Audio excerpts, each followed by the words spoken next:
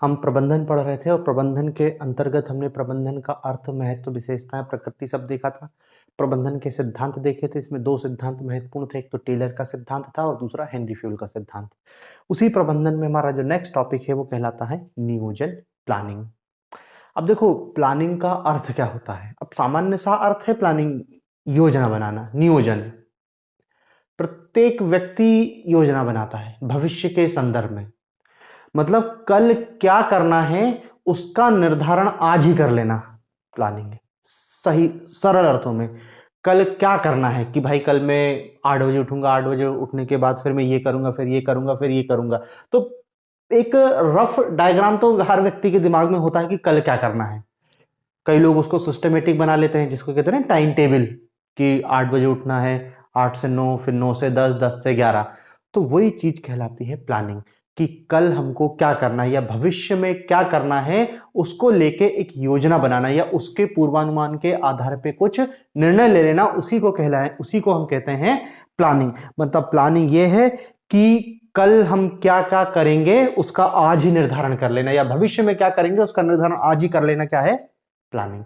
अब देखो ये तो प्लानिंग का सामान्य सा अर्थ है, सभी लोग जानते हैं, इसमें कोई विशेष नहीं। हमसे पूछेगा भी नहीं कि प्लानिंग का अर्थ क्या होता है, हमसे तो परिभाषा पूछेगा कि इसके हिसाब से बताओ प्लानिंग, तो वही हमको ध्यान में रखना है। तो देखो परिभाषा में सबसे पहले एलन की परिभाषा है। एलन ने परिभाषित किया है कि भविष्य प्लानिंग क्या है, नियोजन भविष्य को पकड़ने के लिए बनाया गया पिंजरा। पिंजरा से याद रख लो, प्लानिंग को पिंजरा किसने कहा है, एलन ने। भविष्य को पकड़ने वाला पिंजरा, एलन। पिंजरा, एलन, कीवर्ड इसी को पकड़ के याद रखना है, ठीक है ना। फिर दूसरा परिभाषा दी है, दूसरी परिभाषा टेरी ने दी है। टेरी क्या कहते हैं कि नियोजन भविष्य के संदर्भ में, भविष्य के संबंध में उन प्रस्तावित क्रियाओं की स्पष्ट रूप से कल्पना करने तथा निर्माण करने में जिन्हें की अपेक्षित मूल्यों की प्राप्ति के लिए आवश्यक समझा जाता है। देखो अपेक्षित मूल्य मतलब हमारा उद्देश्य क्या है। तो देखो टेरी का कहना है कि दरअसल जो प्लानिंग है वो भविष्य के संदर्भ में ऐसी क्रियाओं को करना है, प्रस्तावित क्रियाएं, कि हम भविष्य में कौन कौन से काम करेंगे। तो वे कह रहे हैं कि प्रस्तावित क्रियाओं की स्पष्ट रूप से कल्पना करने तथा निर्माण करने में है। मतलब कल हम कौन से काम करेंगे इनको कल्पना करना और उनका निर्माण करना, ताकि उद्देश्य की प्राप्ति हो सके, ताकि कल हमको जो हमारा जो लक्ष्य है वो प्राप्त हो सके, उसी को टेरी ने प्लानिंग कहा है, ठीक है ना। तो देखो दरअसल टेरी जो प्लानिंग को परिभाषित कर रहा है, टेरी का सिर्फ स्पष्ट कहना है कि क्रियाओं का निर्माण करना, उनकी कल्पना करना, जिससे हमको अपेक्षित मूल्यों की प्राप्ति हो जाए, वही टेरी कह रहा है, ठीक है ना। ये टेरी की परिभाषा है। फिर है उर्विक। उर्विक बहुत सामान्य सी परिभाषा दे रहा है कि कार्यों को व्यवस्थित ढंग से कार्य करने से पूर्व उन पर विचार करने और अनुमानों के बजाय तथ्यों के आधार पर करने का एक प्रकार है। प्लानिंग क्या है, उर्विक कह रहा है कि दरअसल प्लानिंग कुछ नहीं है कि कार्यों को व्यवस्थित ढंग से करने, उस पर विचार करने और अनुमानों के बजाय तथ्यों के आधार पर, मतलब सिर्फ अंदाज से काम नहीं करना है, फैक्चुअल डाटा के आधार पे कुछ फैक्ट होना चाहिए, अनुमान के बजाय फैक्टों के आधार पर कार्य करने का एक प्रकार है उर्विक के अनुसार।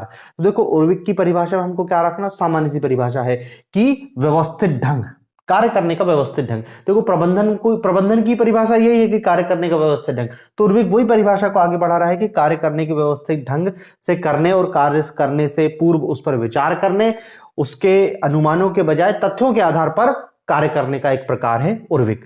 फिर आता है हेनरी फ्यूल। हेनरी फ्यूल की परिभाषा क्या है, देखो हेनरी फ्यूल थोड़े दूसरे ढंग से परिभाषित करता है। हेनरी फ्यूल का कहना है कि योजना से आशय उन परिणामों से है जिनको प्राप्त करना है, उन परिणामों से है जिनको प्राप्त करना है। कार्य की उस रूपरेखा से है जिसका पालन करना है। उन परिणामों से है जिनको प्राप्त करना है, कार्य करने की उस रूपरेखा से है जिसको पालन करना है, उन व्यवस्थाओं से है जिनसे होकर कार्य को गुजारना है, उन व्यवस्थाओं से है जिनसे होकर कार्य को गुजरना है, और उन विधियों से है जिनका प्रयोग किया जाना है। हेनरी फ्यूल का कह रहा है कि देखो उन परिणामों, उन कार्य रूपरेखा, उन व्यवस्थाओं, उन विधियों, और इसी के आधार पर एक एक बिंदु को परिभाषित कर रहा है कि उन परिणामों को है जिनको प्राप्त करना है, उस रूपरेखा से है जिसको पालन करना है, उस व्यवस्था से है जिससे होकर कार्य को गुजारना है, उन विधियों से है जिनका प्रयोग किया जाना है। यह हेनरी फ्योल की परिभाषा है, ठीक है ना। तो देखो इन परिभाषाओं में और भी बहुत सारी परिभाषा है, लेकिन हम 4 मेन परिभाषाएं देख रहे हैं जो इंपॉर्टेंट थिंकर हैं, उनकी परिभाषाओं को तुम दिमाग में रखो। नियोजन का अर्थ हमारे लिए कोई काम का नहीं, सामान्य अर्थ कोई काम का नहीं है। एलन, टेरी, उर्विक, फ्योल, थोड़ा थोड़ा अंतर देखोगे तो देखो एलन की परिभाषा तो बिल्कुल स्पष्ट है कि पिंजरा कह दिया उनने, बहुत सरल हो गया। फ्योल भी देखो थोड़ी सी परिभाषा, फ्योल की परिभाषा भी थोड़ी सी सरल है, क्योंकि फ्योल भी क्या है, परिणामों की बात कर रहा है जिनको प्राप्त करना है, उस रूपरेखा की बात कर रहा है जिसको पालन करना है, उन व्यवस्थाओं से है जिनको कार्य, जिनसे होकर कार्य को गुजरना है, और उन विधियों से है जिनको प्रयोग, मतलब दरअसल यहां पर फ्योल प्लानिंग के लिए परिणामों, रूपरेखा, व्यवस्थाओं और विधियों से बता रहा है। तो फ्योल के भी कीवर्डों को पकड़ के अपन फ्योल निशान लगा सकते हैं। ये टेरी और उर्विक में थोड़ा सा अपन को यह है कि इनको थोड़ा सा ध्यान रखना कठिन रहेगा। उसमें भी उर्विक की जो परिभाषा है बहुत सिंपल परिभाषा है। देखो उर्विक की परिभाषा ही वही कह रही है कि कार्यों को व्यवस्थित ढंग से करने, कार्य करने से पूर्व उस पर विचार करने और अनुमानों के बजाय तथ्यों के आधार पर करने का एक प्रकार है नियोजन, ये उर्विक कह रहा है। और टेरी की परिभाषा भी यही है कि नियोजन भविष्य के संदर्भ में उन प्रस्तावित क्रियाओं की स्पष्ट रूपरेखा है, जिन स्पष्ट रूप प्रस्तावित क्रियाओं की स्पष्ट रूप से कल्पना करने तथा निर्माण करने में जिन्हें की अपेक्षित मूल्यों की प्राप्ति के लिए आवश्यक समझा जाता है। तो देखो टेरी और उर्विक की परिभाषा को थोड़ा सा दिमाग में बिठाना थोड़ा सा जटिल है, लेकिन फिर भी अपन को बिठाना तो पड़ेगा। बाकी एलन और फ्योल तो आसानी से आप उनको देख के निशान लगा, देखो हमको परिभाषा तो लिखना नहीं, केवल निशान लगाना है। तो कुछ कीवर्ड को ध्यान में रख के आसानी से हम उनके निशान थिंकर की परिभाषा को पहचान सकते हैं, क्योंकि हमसे सामान्य अर्थ नहीं पूछ रहा है नियोजन का, वो तो हमको समझने के लिए पता होना चाहिए कि नियोजन क्या है। हमको परिभाषा कोई ना कोई थिंकर की ही याद रखनी है। पूछ लेगा कि एक परिभाषा दे देगा और ये परिभाषा किसकी है, ठीक है ना। तो देखो ये नियोजन हो गया आपका, नियोजन का अर्थ हो गया, नियोजन की परिभाषा हो गई। फिर है नियोजन की प्रकृति, प्रकृति एवं विशेषताएं। नियोजन की प्रकृति एवं विशेषताएं, natures and characteristic of planning, ठीक है ना। देखो हम नियोजन पढ़ इसलिए रहे हैं क्योंकि नियोजन प्रबंधन का एक अनिवार्य हिस्सा है। बिना नियोजन के कोई प्रबंधन नहीं हो सकता। भाई प्रबंधन में यही तो देख रहे हैं ना कि व्यवस्थित ढंग से काम होना चाहिए, और व्यवस्थित ढंग से काम होगा जब आपके पास एक प्लान होगा कि कोई आयोजन कराना है, कोई संगठन है, तो उसका प्लान होना चाहिए ना कि कैसे करना है। तो वही कह रहे हैं कि नियोजन प्रबंधन का एक अनिवार्य अंग है, बिना नियोजन के प्रबंधन काम नहीं करेगा। यदि आपका नियोजन खराब है तो प्रबंधन खराब हो जाएगा, आपका नियोजन है ही नहीं तो प्रबंधन तो खराब होना ही है, और यदि नियोजन खराब है तो भी प्रबंधन खराब होना है। तो प्रबंधन में नियोजन बहुत महत्वपूर्ण भूमिका निभाता है। हमने जो प्रबंधन के चिंतक देखे ना, चाहे टेलर हो चाहे फ्योल है, सभी ने नियोजन को अत्यधिक महत्ता प्रदान की है कि बिना नियोजन के कोई प्रबंधन अस्तित्व में नहीं रह सकता, ठीक है ना। तो देखो उसी संदर्भ में हम इसकी विशेषताओं को बताएंगे। प्रकृति एंड विशेषताएं पूछे एक ही चीज है। सबसे पहले इसकी विशेषता है कि जो नियोजन है एक प्रमुख प्रबंधकीय कार्य है, प्रमुख प्रबंधकीय कार्य है। नियोजन एक प्रमुख प्रबंधकीय कार्य है, ठीक है ना। देखो कोई भी मैनेजर है, चाहे संगठन का हो चाहे प्रशासन का हो, उसको यदि प्रबंधन सही ढंग से करना है तो उसको अच्छा नियोजन करना पड़ेगा। यदि उसका नियोजन खराब, अभी बताया कि यदि खराब नियोजन है तो प्रबंधन खराब होगा, और यदि नियोजन नहीं कर रहा तो प्रबंधन पूरी तरीके से खराब ही होगा। तो मतलब किसी भी प्रबंधक का प्राथमिक कार्य होता है नियोजन बनाना। प्राथमिक कार्य, सबसे मेन और प्राइमरी उसका कार्य होता है प्लान बनाना, क्योंकि प्लान बनाने के बाद प्लान होगा उसी को तो आप इंप्लीमेंट करोगे। अब प्लान ही नहीं रहेगा तो इंप्लीमेंटेशन क्या करोगे। तो क्या है, ये एक प्रबंधकीय कार्य है। दूसरा, नियोजन एक सर्वव्यापी कार्य है, सर्वव्यापी कार्य। यार जब हम कल प्रबंधन पढ़े हैं और प्रबंधन में देखा था कि प्रबंधन एक सर्वव्यापी, हर जगह प्रबंधन होता है और बिना नियोजन के कोई प्रबंधन नहीं होता है, तो सीधे से कह सकते हैं कि भैया कि नियोजन एक सर्वव्यापी क्रिया है जिसमें प्रत्येक संगठन, प्रत्येक स्तर, मतलब प्रत्येक संगठन तथा प्रत्येक संगठन के प्रत्येक स्तर, upper level, upper lower middle, सभी स्तरों पर नियोजन अवश्य होता है। ठीक है ना। फिर तीसरा इसकी विशेषता है, नियोजन जो है वो लक्ष्य पूर्ति का साधन है। लक्ष्य पूर्ति का साधन है। ये भी अपन आसानी से बता सकते हैं कि हम प्लानिंग करते क्यों हैं। कोई भी व्यक्ति प्लान क्यों करता है, उसका एक गोल रहता है, उसका एक उद्देश्य रहता है, उस उद्देश्य की प्राप्ति के लिए ही व्यक्ति प्लान करता है। ठीक है ना। तो प्लानिंग का मूल उद्देश्य क्या है कि लक्ष्य की पूर्ति हो सके, और यदि लक्ष्य और प्लानिंग में यदि आपका नियोजन के लक्ष्य और तालमेल स्थापित कर देता है तो प्रबंधकीय कार्य सही होता है। ठीक है ना। तो वही है लक्ष्य पूर्ति का साधन है प्लान। फिर एक और बता सकते हैं कि जो नियोजन है एक बौद्धिक एवं मानसिक क्रिया है। बौद्धिक एवं मानसिक क्रिया, सही बात है। दिमाग से करता है प्लान, जितना ज्यादा चतुर होता है उतना बढ़िया प्लान बनाता है। अपराध करने के लिए भी दिमाग की जरूरत है, एक प्लान हो। बैंक लूटना है, एक प्लान बनाना पड़ेगा अपन को। तो बिना प्लान के तो कोई भी क्रिया एग्जीक्यूट नहीं हो सकती है। तो यही कह रहे हैं कि ये एक बौद्धिक एवं मानसिक क्रिया है, व्यक्ति को दिमाग लगाना पड़ता है प्लानिंग करने के लिए, क्योंकि आपका प्लान सही होगा तो आप संसाधनों का सही ढंग से उपयोग कर पाएंगे, और प्लान खराब होगा तो सब खराब है आपका। ठीक है ना। और पांचवा बताएंगे इसकी विशेषता में कि नियोजन एक सतत प्रक्रिया है।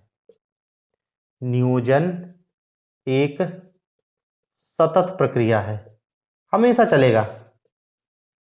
ऐसा नहीं है कि एक बार नियोजन कर लिया और बात खत्म हो गई। ठीक है ना।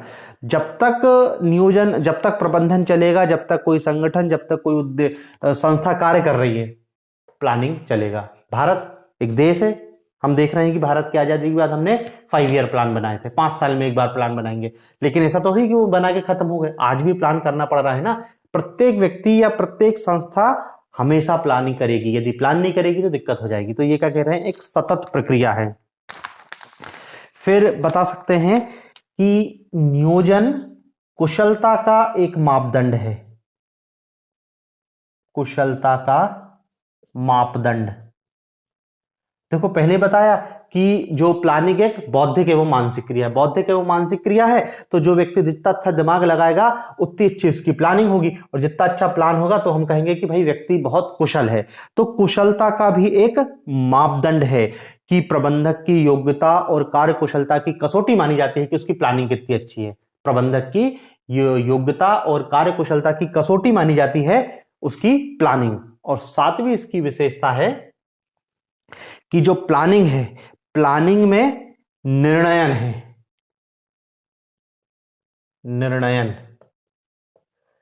प्लानिंग निर्णयन को परिभाषित करती है। मतलब क्या है कि जो निर्णयन है, मतलब भाई प्रबंधक कौन सा काम करेगा, काम को किस रूप में करेगा, उसको बहुत सारे डिसीजन लेने पड़ते हैं, तो उन्हीं डिसीजनों के लिए वो प्लान बनाता है।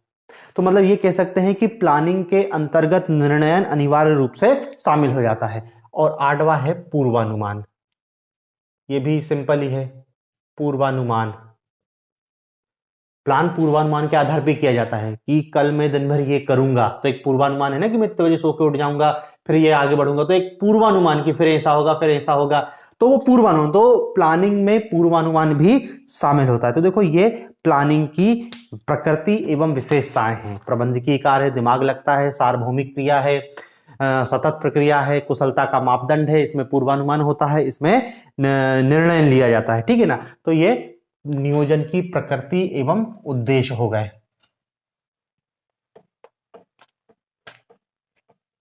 फिर हमको इसमें देखना है प्लानिंग के उद्देश्य क्या है, क्यों की जाती है प्लानिंग। उद्देश्य, प्लानिंग के उद्देश्य क्या है, नियोजन के उद्देश्य क्या है। तो देखो, नियोजन का सबसे प्राइमरी उद्देश्य तो बताएंगे कार्य का निर्धारण करना, कार्य का निर्धारण करना।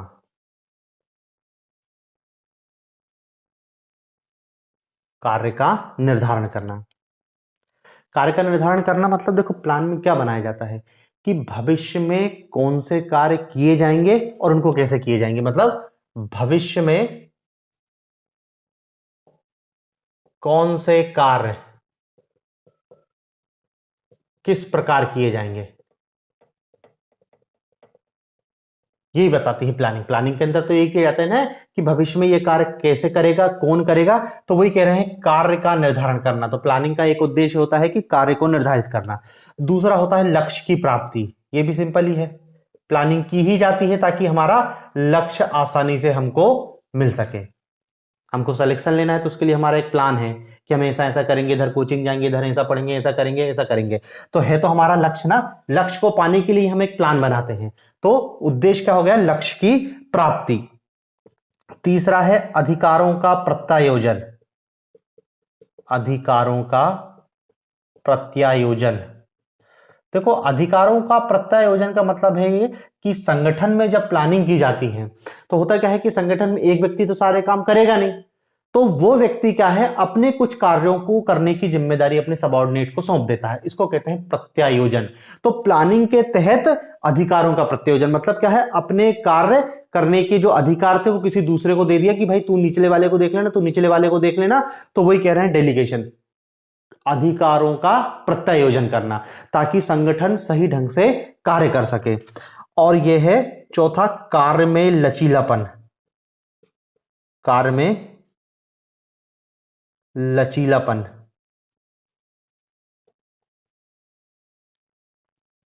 कार्य में लचीलेपन, देखो कार्य में लचीलेपन का मतलब यह है कि जो भी हम प्लानिंग कर रहे हैं, उस प्लानिंग के तहत जो भी हमको काम करना है, उस काम में कुछ लचीलापन आ जाना चाहिए। लचीलापन का मतलब क्या है कि एकदम पत्थर की लकीर नहीं है कि ये होगा यही होगा, नहीं, समय के हिसाब से इसको थोड़ा सा चेंज कर सकते हैं। तो वही कह रहे हैं कि हमारे कार्य में लचीलापन आ जाता है। और अंत में सबसे महत्वपूर्ण है इसका, वो क्या है कि जोखिम का पूर्वानुमान, जोखिम का पूर्वानुमान।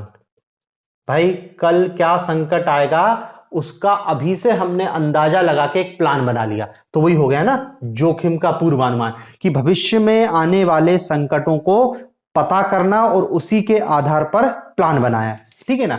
तो यह कार्य का निर्धारण करना, लक्ष्य की प्राप्ति करना, अधिकारों का प्रत्यायोजन, कार्य का लचीलापन और जोखिम का पूर्वानुमान। एक और लिख सकते हैं कि मितव्ययता लाना,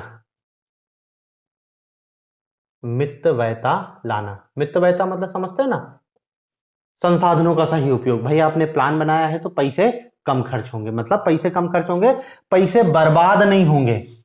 अब बिना प्लान के कोई काम करोगे तो पता ही नहीं कब कहां पे क्या संसाधनों का उपयोग करना है, लेकिन आपने प्लानिंग के तहत किया है तो आपके संसाधनों का सही उपयोग होगा। ठीक है ना। तो देखो ये हमारी प्लानिंग के कुछ सामान्य उद्देश्य होते हैं। ठीक है ना। अब देखो प्लानिंग के सामान्य उद्देश्य पूछे तो भी यही है।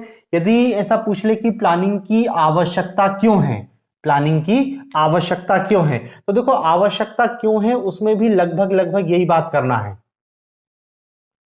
आवश्यकता क्यों है उसमें भी यही बात करना है कि प्लानिंग से क्या होगा, प्लानिंग की आवश्यकता है ताकि लक्ष्यों की प्राप्ति की जा सके, लक्ष्य की प्राप्ति हो सके।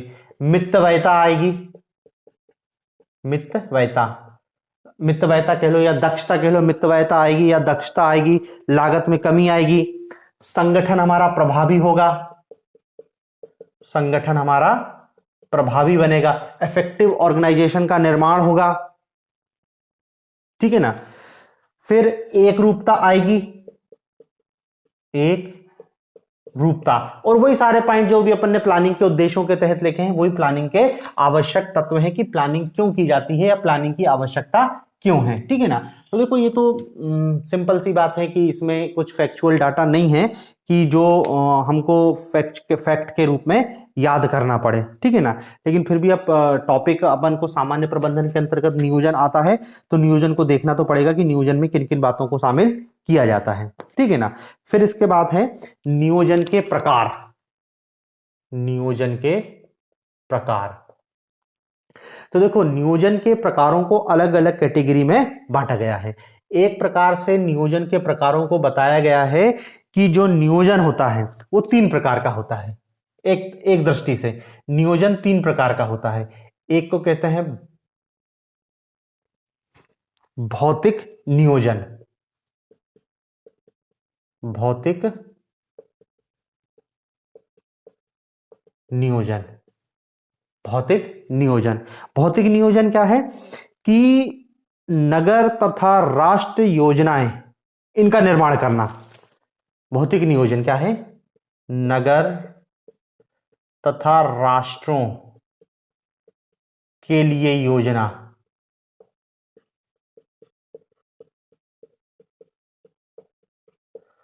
भौतिक नियोजन कहलाता है। नगर तथा राष्ट्रों के लिए योजना का निर्माण करना भौतिक नियोजन कहलाता है। मतलब जैसे टाउन एंड कंट्री प्लानिंग, शहरीकरण के लिए योजना बनाना, देश के विकास के लिए योजना बनाना, सब भौतिक नियोजन। तो देखो आपसे ऐसा नहीं पूछेगा नियोजन का प्रकार, वो पूछेगा कि भौतिक नियोजन के अंतर्गत निम्नलिखित में से क्या सम्मिलित नहीं होता है। लिख देगा नगर नियोजन करना, शहर के लिए योजना बनाना, देश के लिए योजना बनाना, ये, और फिर एक कोई अदर पॉइंट दे देगा। तो याद रखना कि भौतिक नियोजन का मतलब क्या है? नगर, राष्ट्र, शहर, इनके लिए योजनाओं का निर्माण करना कि भाई नगर में बिल्डिंग कैसी बननी है, सड़क कहां बनना है, नाली कैसी बननी है, सब फिजिकल प्लानिंग के अंतर्गत आता है। ठीक है ना। दूसरा आता है आर्थिक और सामाजिक नियोजन। आर्थिक एवं सामाजिक नियोजन, economic and social planning. Economic और सोशल प्लानिंग के अंतर्गत देखो 2 चीज है इसमें, एक आर्थिक नियोजन है और एक सामाजिक नियोजन है। आर्थिक नियोजन और सामाजिक नियोजन दोनों अलग अलग चीजें होती हैं। होता क्या है कि आर्थिक नियोजन के अंतर्गत, ये जो आर्थिक है इसके अंतर्गत भविष्य की आर्थिक क्रियाओं, भविष्य की आर्थिक क्रियाओं, भविष्य की आर्थिक क्रियाओं के संदर्भ में बातें की जाती हैं। मतलब देखो यहां पर यह कहना चाह रहे हैं कि जैसे भारत 1947 में आजाद होता है, हम कह रहे हैं फिजिकल प्लानिंग। फिजिकल प्लानिंग के अंतर्गत क्या है कि हमने बताया कि भारत का विकास ऐसा होगा, पंचवर्षीय योजना बनाई कि यहां पर हमने कहा कि उद्योग लगाएंगे, यहां पर नगर बसाएंगे, वो सारी चीजें की गई हैं। लेकिन जब आर्थिक और सामाजिक नियोजन की बात आती है तो यह देखा जाता है कि जो आर्थिक संसाधन है, भविष्य में आर्थिक जो संसाधन होंगे, आर्थिक जो क्रियाएं होंगी, उनको कैसे मेंटेन किया जाएगा, उनका सही ढंग से बंटवारा हो पाएगा या नहीं हो पाएगा। तो वो सब क्या है? आर्थिक नियोजन के अंतर्गत आता है। फिर जब सामाजिक नियोजन के अंतर्गत आता है तो सामाजिक नियोजन के अंतर्गत हम यह देखते हैं कि जो सामाजिक वर्ग हैं इनके संदर्भ में बात की जाती है कि समाज में जो देश है, देश के जो नागरिक हैं, नागरिकों में कोई भेदभाव तो नहीं है, कहीं कोई समस्या तो नहीं है। तो उस संदर्भ में क्या है, ये सामाजिक नियोजन का, सामाजिक नियोजन शब्द का उपयोग किया जाता है। मतलब सीधे सीधे ये हम बात कह रहे हैं कि आर्थिक नियोजन में देखा जाए आर्थिक असमानता तो नहीं, सामाजिक नियोजन में देखा जाएगा तो सामाजिक असमानता तो उत्पन्न नहीं हो रही है।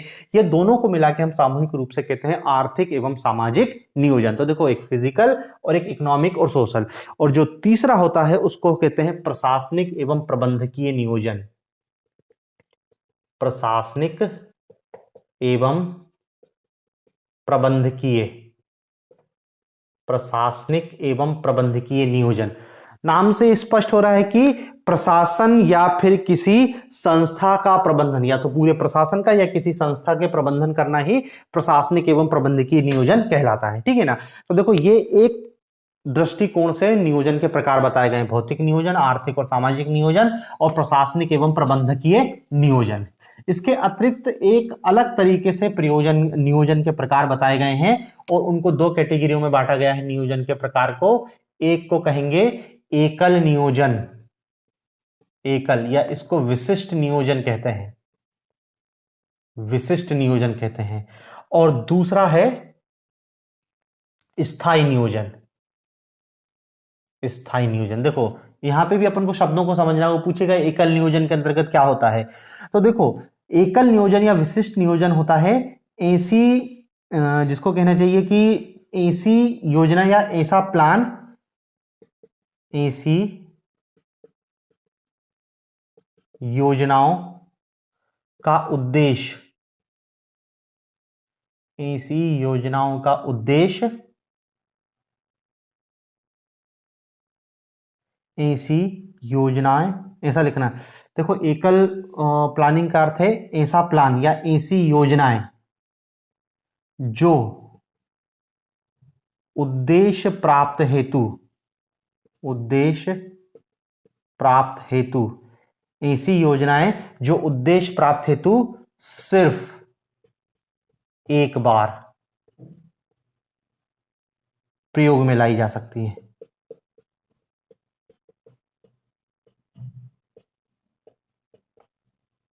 जो केवल एक बार प्रयोग में लाई जा सकती है। एकल, विशिष्ट, एक उद्देश्य है, उसके लिए एक प्लान बनाया, केवल एक बार, प्लान खत्म, बात खत्म, अब उसका दोबारा प्रयोग नहीं होगा। जबकि परमानेंट, स्थायी प्लानिंग क्या होती है? स्थायी प्लानिंग होती है इसमें नियोजन लंबे समय तक किया जाता है, लंबे समय तक चलती है, और इनका बार बार प्रयोग लाया जाता है, बार बार प्रयोग लाया जाता है। इनको स्थायी, देखो नाम से स्पष्ट है, एकल एक बार, परमानेंट लंबे समय तक चलती है, और इनका प्रयोग हम बार बार ला सकते हैं, या ऐसी योजनाओं को हम बार बार प्रयोग में ला सकते हैं। तो याद रखना, नियोजन के प्रकार अलग अलग हैं। आपको वो ये नहीं पूछेगा प्रकार, वो पूछेगा कि भैया एकल नियोजन क्या होता है, परमानेंट स्थायी नियोजन क्या होता है, सामाजिक आर्थिक नियोजन क्या है, भौतिक नियोजन क्या है, और उसमें फिर आपको 4 ऑप्शन देके वो पूछेगा। ठीक है ना। तो देखो, ये हो गए नियोजन के प्रकार। अब अगला लिखना, नियोजन के तत्व या संगठक। नियोजन के तत्व अथवा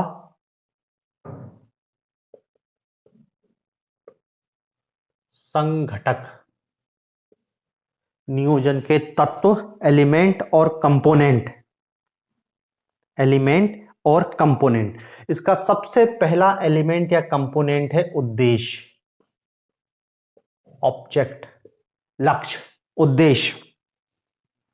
ठीक है ना। देखो, यहां पर अपन यही जानते हैं कि उद्देश्य ही तो मेन ऑब्जेक्ट है, ऑब्जेक्ट ही तो मेन है कि हमारा जैसे आपका कोई संगठन है या आपकी कोई संस्था है, तो स्वाभाविक सी बात है कि इसका कोई ना कोई उद्देश्य होगा ना, और इसी उद्देश्य की प्राप्ति के लिए संगठन बना है, और इसी संगठन के इस उद्देश्य की प्राप्ति के लिए क्या है, योजना बनाई जाएगी। तो संगठन का जो पहला और सबसे मेन तत्व है उद्देश्य। बिना उद्देश्य के ना तो संगठन होगा, और जब संगठन नहीं रहेगा तो प्लानिंग भी क्या करेगी। तो उद्देश्य सबके आधार में है। तो याद रखना, नियोजन का पहला और सबसे महत्वपूर्ण संगठक है उसका उद्देश्य। ठीक है ना, क्योंकि इसी उद्देश्य की प्राप्ति के लिए नियोजन किया जाता है। दूसरा तत्व होता है नीतियां, पॉलिसीज, नीतियां। देखो, उद्देश्य से ये तो पता चल गया, जो प्रबंधक है, जो मैनेजर है आपके संस्था का, उसको उद्देश्य से ये तो पता चल गया कि क्या करना है या उसको क्या प्राप्त करना है, लेकिन ये कैसे प्राप्त करना है ये कैसे पता चलेगा, पॉलिसीज से। उद्देश्य को कैसे प्राप्त करना है या हमारे जो लक्ष्य है वहां तक कैसे पहुंचना है, ये कौन बताएगी, नीतियां बताएगी। इसलिए नियोजन का दूसरा प्रमुख तत्व होता है पॉलिसीज या नीतियां। तीसरा प्रमुख तत्व है योजना का पद्धतियां, और पद्धतियों के जो शब्द यूज किया गया है वो है प्रोसीजर। प्रोसीजर का मतलब यह है कि देखो, नीति से यह तो पता चल गया कि उद्देश्य तक कैसे पहुंचना है, लेकिन यहां पर पद्धतियों में यह पता चलेगा कि जो आपने नीति बनाई है उन नीति में कौन सी बातों को ध्यान में रखा है। मतलब नीतियों की सीमाएं क्या हैं, नीतियों की सीमाएं क्या हैं, कौन कौन सी बातों को ध्यान रखा गया है नीति निर्माण के संदर्भ में, और जो इतनी जो नीति बनाई गई है ये नीति उपलब्ध समस्त पद्धतियों में से छोड़ के इस एक पद्धति को हमने क्यों अपनाया है उससे पता चलेगा। तो देखो, पहला ऑब्जेक्ट, दूसरा पॉलिसी, तीसरा प्रोसीजर, चौथा जो इसका संगठक है प्लानिंग का, वो कहलाता है विधियां। विधियां, अब देखो पद्धतियां और विधियों में ज्यादा अंतर नहीं है।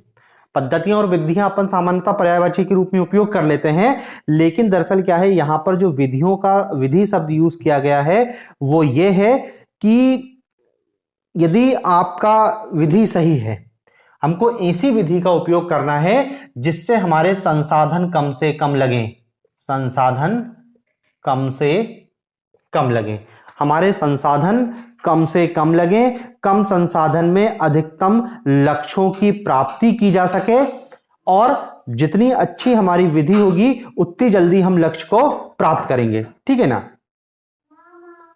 मतलब देखो, विधि और पद्धति सेम है, बस विधि क्या है, इसका थोड़ा सा क्षेत्र विस्तृत होता है।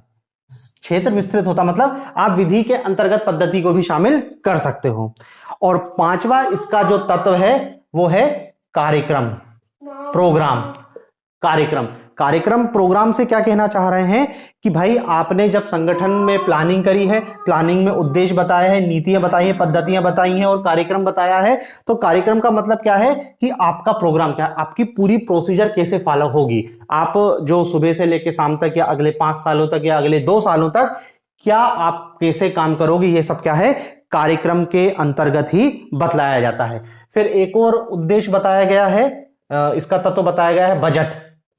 सब जानते हैं पैसा धेला, कि जब इतनी नीतियां बना रहे हो, कार्यक्रम बना रहे हो, तो पैसा कहां से आएगा, कौन पैसा लगाएगा, पैसा कैसे खर्च किया जाएगा, ये बजट के अंतर्गत तय किया जाता है। और फिर नियम, नियम का मतलब रूल, कि आप जो संगठन चला रहे हो, आप जो संस्था चला रहे हो, उस संस्था या संगठन में कौन कौन से नियमों का पालन किया जाएगा, ये सब रूल के अंतर्गत आता है। तो ठीक है ना। तो देखो, ये सब सामान्य सी बातें हैं जो नियोजन के अंतर्गत शामिल की जाती हैं। आपको तो बस याद रखना है कि कौन सा तत्व नियोजन के संगठन या तत्व के अंतर्गत नहीं आता। उद्देश्य, नीतियां, पद्धतियां, विधि, कार्यक्रम, बजट और नियम। ठीक है ना। ये कुछ तत्व हैं जो नियोजन या प्लानिंग के अंतर्गत शामिल किए जाते हैं।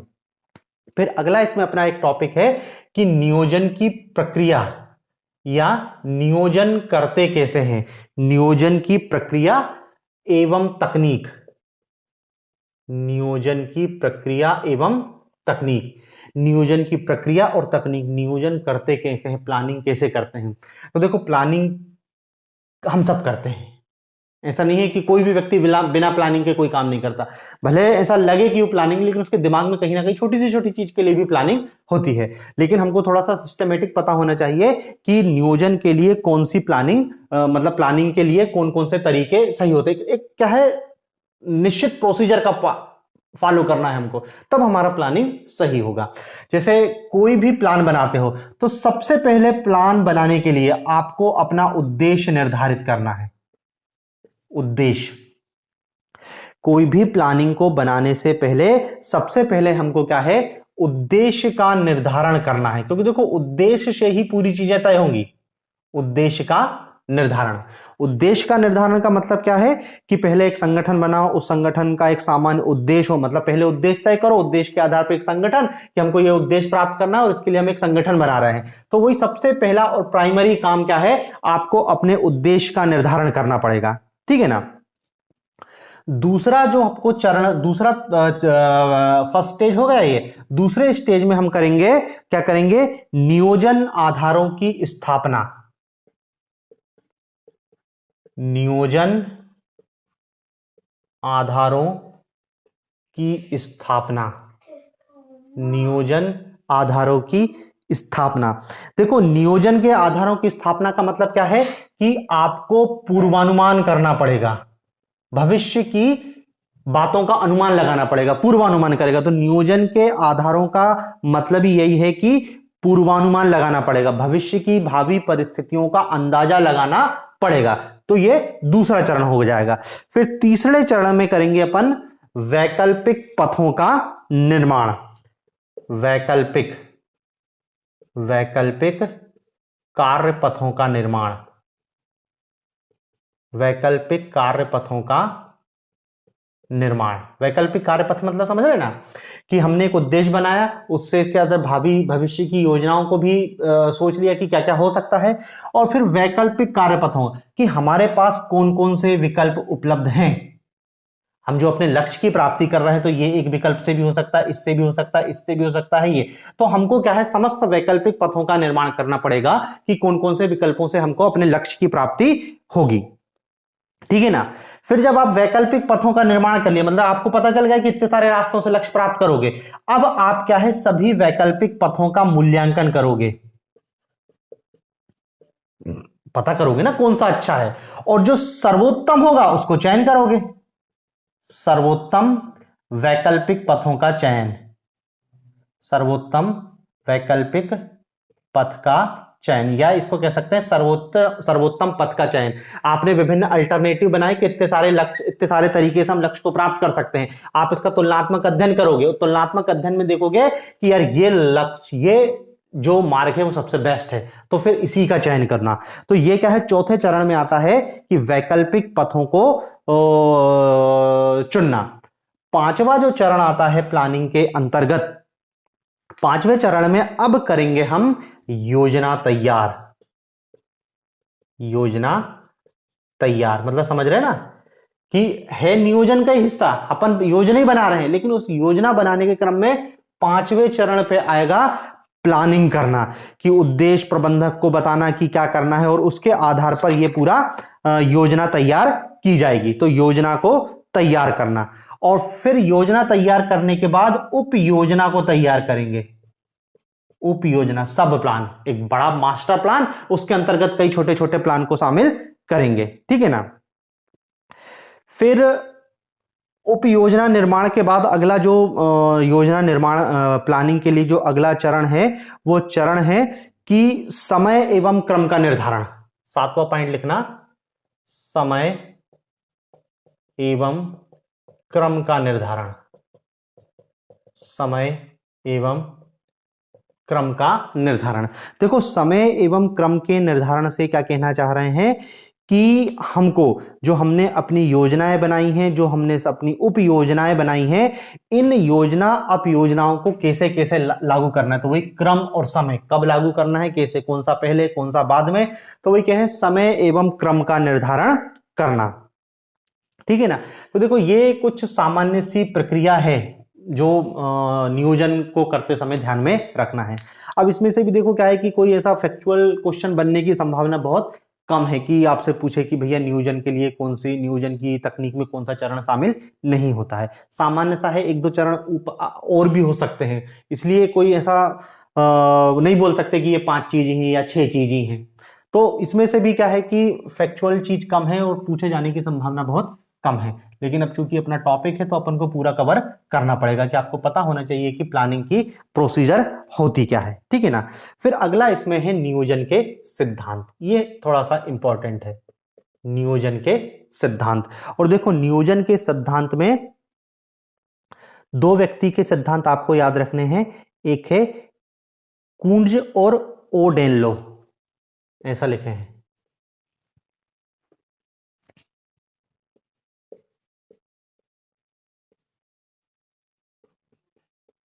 और ओ डोनेल,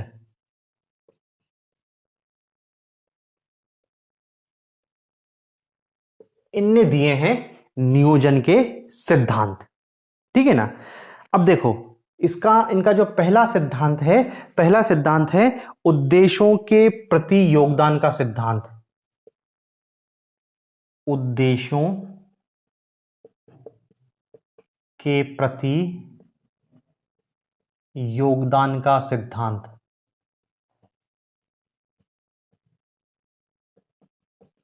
उद्देश्यों के प्रति योगदान का सिद्धांत।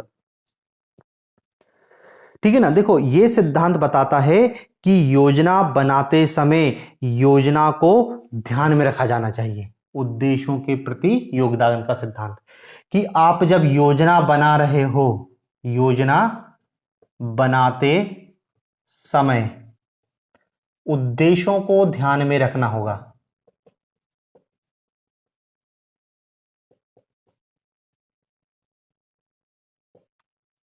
समझ रहे ना यार। आप उद्देश्य ही भूल जाओगे तो फिर प्लान सक्सेसफुल नहीं हो जाएगा। तो आप कोई भी प्लान बनाओगे तो आपके दिमाग में उद्देश्य होना चाहिए 24 घंटे की, मेरा ये उद्देश्य है, और उसी के अनुरूप में प्लान होना चाहिए। तो देखो पहला तो सिद्धांत यही बता दिया है।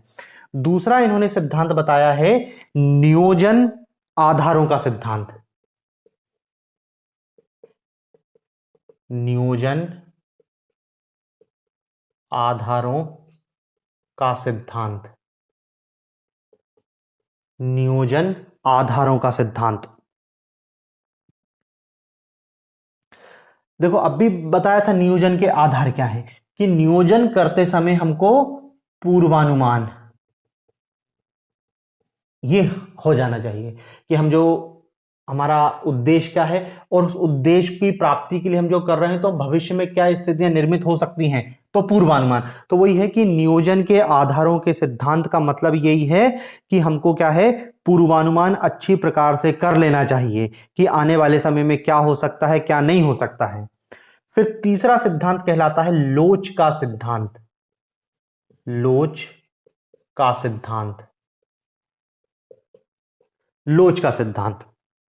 लोच का सिद्धांत क्या कहलाता है कि देखो प्लान ऐसा होना चाहिए, प्लान में लोचशीलता होनी चाहिए कि भविष्य में बदली हुई परिस्थितियों के हिसाब से प्लान को बदल सको।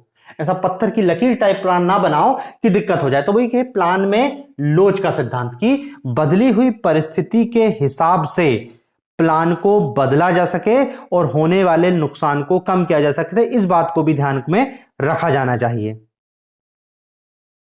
अगला है जांच एवं पुनर्नियोजन का सिद्धांत। चौथा सिद्धांत लिखना, जांच एवं पुनर्नियोजन का सिद्धांत।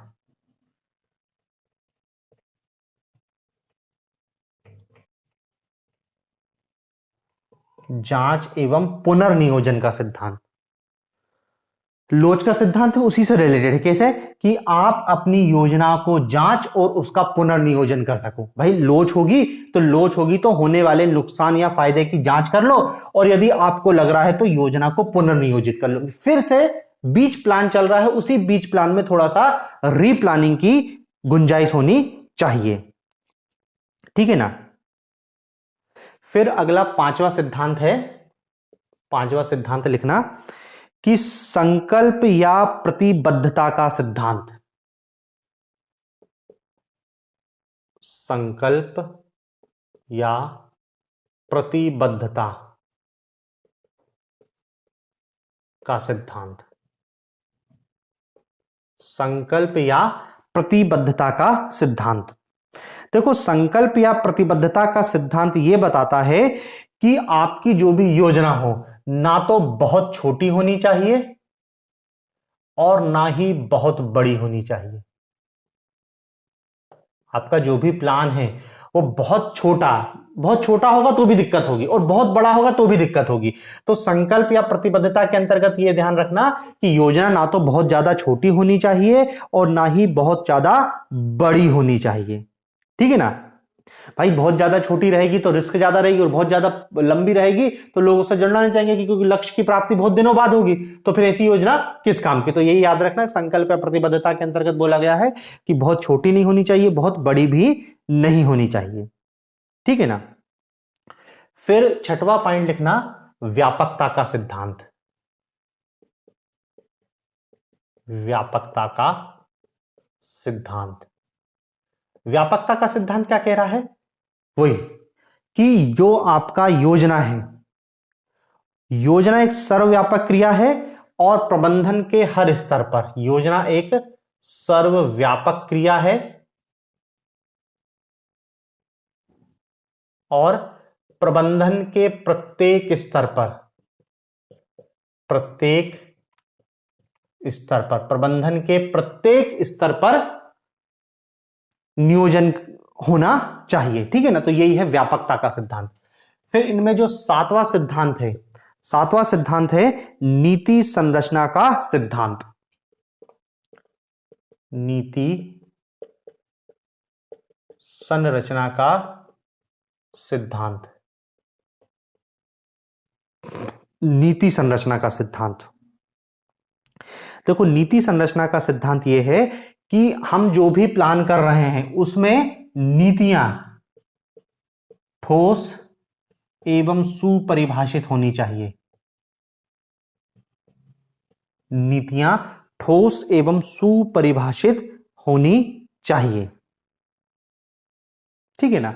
तो ये नीति संरचना का सिद्धांत है। फिर 8वां इसमें सिद्धांत है समय का सिद्धांत। समय का सिद्धांत, समय का सिद्धांत क्या कहता है कि योजना में लगने वाले समय का निर्धारण सावधानी पूर्वक किया जाना चाहिए। लगने वाले समय का निर्धारण सावधानी पूर्वक किया जाना चाहिए, ठीक है ना। कि ये योजना उनका अगले 2 महीने में, अगले 3 महीने में, तो ये जो टाइम पीरियड है, टाइम ड्यूरेशन है, इसका जो निर्धारण है वही बहुत सोच समझ के किया जाना चाहिए। और 9वां सिद्धांत है विकल्पों का सिद्धांत।